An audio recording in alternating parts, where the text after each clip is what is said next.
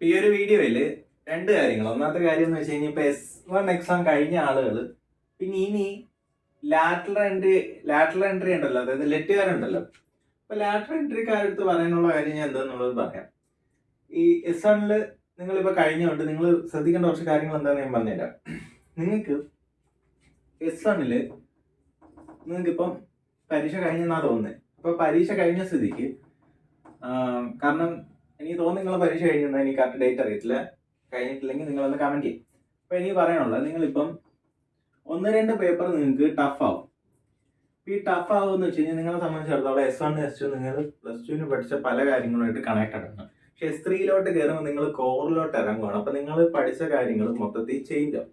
അപ്പോൾ അവിടെ നിങ്ങൾ ചെയ്യേണ്ട കാര്യം എന്ന് വെച്ച് കഴിഞ്ഞാൽ നിങ്ങൾ S2 നല്ലപോലെ പഠിച്ച് ഫുള്ള് പേപ്പറും ഒരു ബാക്ക്ലോഗും വരരുത്. കാരണം ഈ ടഫാന്ന് പറഞ്ഞു കഴിഞ്ഞാൽ നിങ്ങൾക്ക് ടഫ് ആയിട്ടുണ്ടെങ്കിൽ ചിലപ്പോൾ നിങ്ങൾക്കൊരു ബാക്ക്ലോഗ് വരാൻ ഒരു ചാൻസ് ഉണ്ട്, ഒരു സപ്ലി വരാൻ ചാൻസ് ഉണ്ട്. അതുകൊണ്ടാണ് ഞാൻ പറയുന്നത്.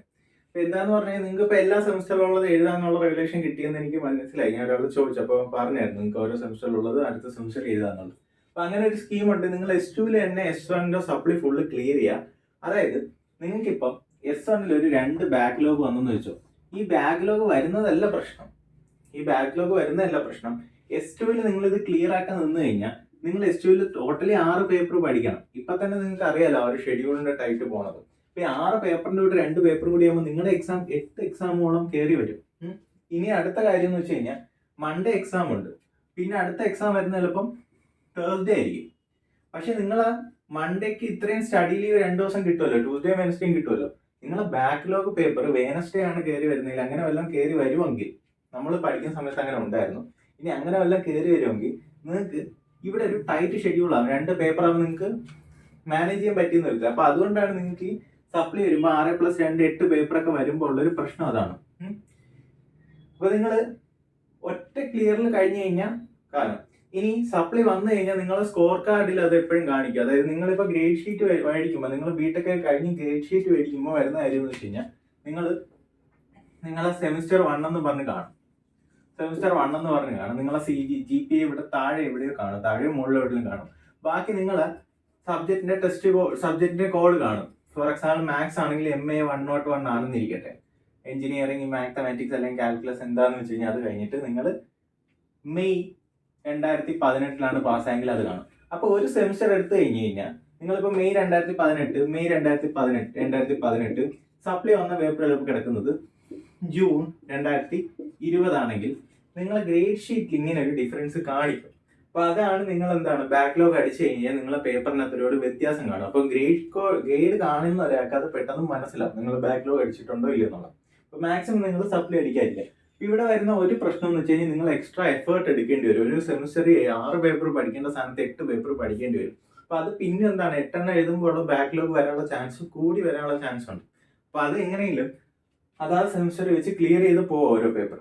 രണ്ടാമത്തെ കാര്യം, ഇപ്പം നിങ്ങൾക്ക് സപ്ലിയെ പറ്റി നിങ്ങൾ ചിന്തിച്ചിട്ടില്ല. കാരണം +2 വരെ എന്താണ് എല്ലാ എക്സാമും ഒരു ടേക്കിൽ ജയിച്ച് പോയ ആളുകളാണ്. പക്ഷെ ഇവിടെ നിങ്ങളൊരു സപ്ലി അടിക്കുമ്പോഴത്തേക്കും ഇതൊക്കെ ഇത്രയേ ഉള്ളൂ, സപ്ലി എന്ന് പറഞ്ഞു കഴിഞ്ഞാൽ നമുക്ക് എഴുതിയെടുക്കാൻ പറ്റും എന്നുള്ള തോന്നില്ലല്ലോ. അപ്പൊ ഇപ്പൊ നിങ്ങൾ ഫസ്റ്റ് സെമിസ്റ്റർ എഴുതുന്നത് നിങ്ങളുടെ ഉദ്ദേശം എന്താണ്, എല്ലാ പേപ്പറും കിട്ടുവാണെങ്കിൽ കിട്ടണം. പക്ഷെ കുറച്ച് ആളുകളുടെ മെന്റാലിറ്റി എന്ന് പറഞ്ഞാൽ സപ്ലി അടിച്ചാലും കുഴപ്പമില്ല എന്നുള്ള രീതിയിൽ വരും. അപ്പൊ സപ്ലി അടിച്ചാലും കുഴപ്പമില്ല എന്ന് പറയുമ്പോൾ ഒരു സെമിസ്റ്റർ ഒരു സപ്ലി 2 സപ്ലി പതിവായാലും അത് എഴുതിയെടുക്കുക എന്നുള്ള തോന്നൽ വരും. പക്ഷേ എല്ലാ സെമിസ്റ്ററിലും ഒരു 2 സപ്ലി വെച്ച് അല്ലെങ്കിൽ ഒരു സപ്ലി വെച്ച് വരുന്ന ഒരാള് എന്താണ്, എൻ്റെ ഏരിയ തന്നെ ഉണ്ടായിരുന്നു, ലാസ്റ്റ് ഒരു സെമിസ്റ്റർ എത്തുമ്പോൾ 8 സപ്ലിയൊക്കെ വന്നു പോകും. 8 സപ്ലി പ്ലസ് ബാക്കി 6 പേപ്പർ ആകുമ്പോൾ ഇപ്പോഴും എഴുതുന്നവരുണ്ട്. ബിടെക് കഴിഞ്ഞിട്ട് ഇപ്പോഴും സപ്ലി എഴുതുന്നവരുണ്ട്. പിന്നെ ഡ്രോപ്പ് ഔട്ട് ആയിട്ട് വേറെ യൂണിവേഴ്സിറ്റിയിലോട്ട് കോഴ്സ് ക്രെഡിറ്റ് ചെയ്തിട്ട് നിങ്ങൾക്ക് മാറാനുള്ള ഓപ്പർച്യൂണിറ്റി ഉണ്ട്. അപ്പൊ അങ്ങനെ ചെയ്യുന്നവരുണ്ട്. പക്ഷെ അങ്ങനെ ചെയ്തിട്ട് വലിയ പ്രയോജനമില്ല. നിങ്ങൾക്ക് ബിടെക് എങ്ങനെയും കംപ്ലീറ്റ് ചെയ്യാന്നേ ഉള്ളൂ.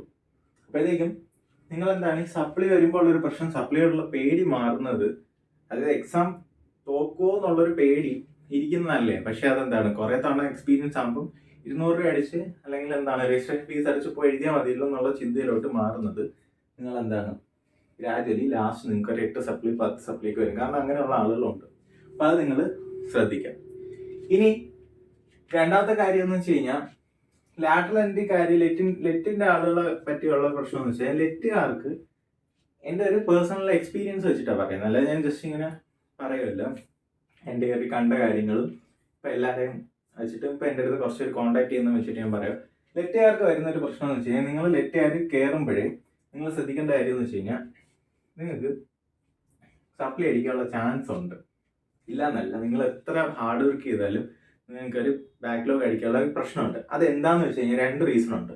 ഒന്നാമത്തെ കാര്യം, 10 കഴിഞ്ഞിട്ട് നിങ്ങൾ ഡയറക്റ്റ് പോളിയിൽ പോവുക, അല്ലെങ്കിൽ 10 കഴിഞ്ഞ് +2 കഴിഞ്ഞ് പിന്നെ നിങ്ങൾ പോളിയിലോട്ട് പോവുക. അപ്പം ഇങ്ങനെ പോകുമ്പോൾ നിങ്ങൾ ഒരിക്കലും കാൽക്കുലസ് എന്ന് പറയുന്ന ടോപ്പിക്കുകളോ +2 ടോപ്പിക്കുകളോ പഠിച്ചിട്ടില്ല. അപ്പം നിങ്ങൾ ഈ മാത്സിലോട്ട് ചെന്ന് കയറുമ്പോൾ നിങ്ങൾക്കാണെങ്കിൽ സമയം, നിങ്ങൾക്ക് തന്നെ അറിയാമല്ലോ, ഇപ്പം കയറിയവർക്ക് തന്നെ അറിയാം, സമയം ഭയങ്കര സ്പീഡിലാണ് പോകുന്നത്. അപ്പോഴത്തേക്കും ഇതിന്റെ +2 ടോപ്പിക്ക് നിങ്ങൾ കവർ ചെയ്തിട്ടില്ലെങ്കിൽ നിങ്ങൾക്ക് അത് പ്രശ്നമാവും. അതുകൊണ്ട് ഇപ്പോഴേ നിങ്ങൾക്ക് കിട്ടുന്ന സമയം, അതായത് നിങ്ങളിപ്പോൾ എൻട്രൻസ് ലാറ്ററൽ എൻട്രിയുടെ എക്സാം എഴുതുന്ന സമയത്ത് നിങ്ങൾക്ക് ഇപ്പോൾ കിട്ടുന്ന ബ്രേക്കിൽ നിങ്ങൾ +1 +2 കാൽക്കുലസ്, +2 മാത്സിലെ കാൽക്കുലസ്, ഇങ്ങനെ കുറച്ച് കാര്യങ്ങൾ പഠിച്ചു വെച്ചിരിക്കും. കാൽക്കുലസ് മോസ്റ്റ് ഇമ്പോർട്ടൻ്റ് ആണ്, വേറെ ഒന്നും ഇല്ലെങ്കിലും വലിയ കുഴപ്പം വരത്തില്ല.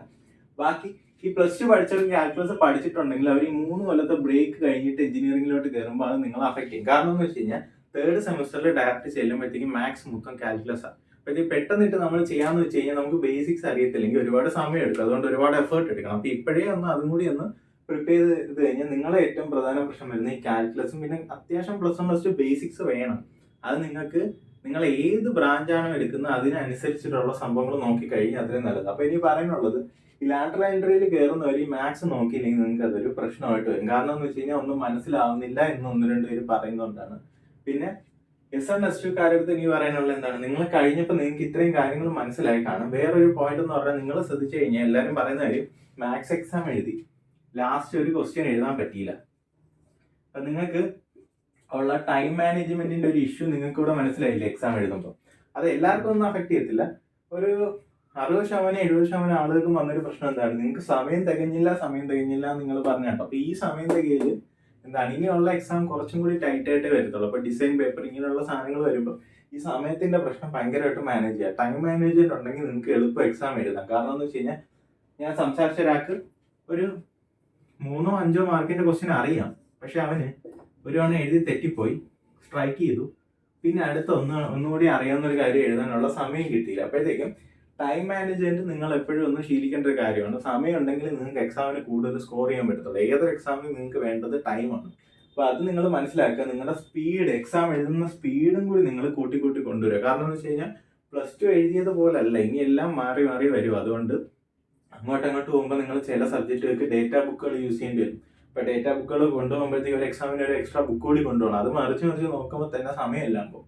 അതിനകത്തിട്ട് എഴുതി വെക്കാനൊന്നും പറ്റത്തില്ല. അപ്പോൾ അവിടെ നിങ്ങൾക്ക് എന്താണ്, സമയത്തിന്റെ ഒരു പ്രശ്നം ഭയങ്കര ഇമ്പോർട്ടൻ്റ് ആണ്, ടൈം മാനേജ്മെന്റ്. അപ്പോൾ ഇത്രയേ ഉള്ളൂ എനിക്ക് ഈ ഒരു വീഡിയോയിൽ പറയാനുള്ളത്.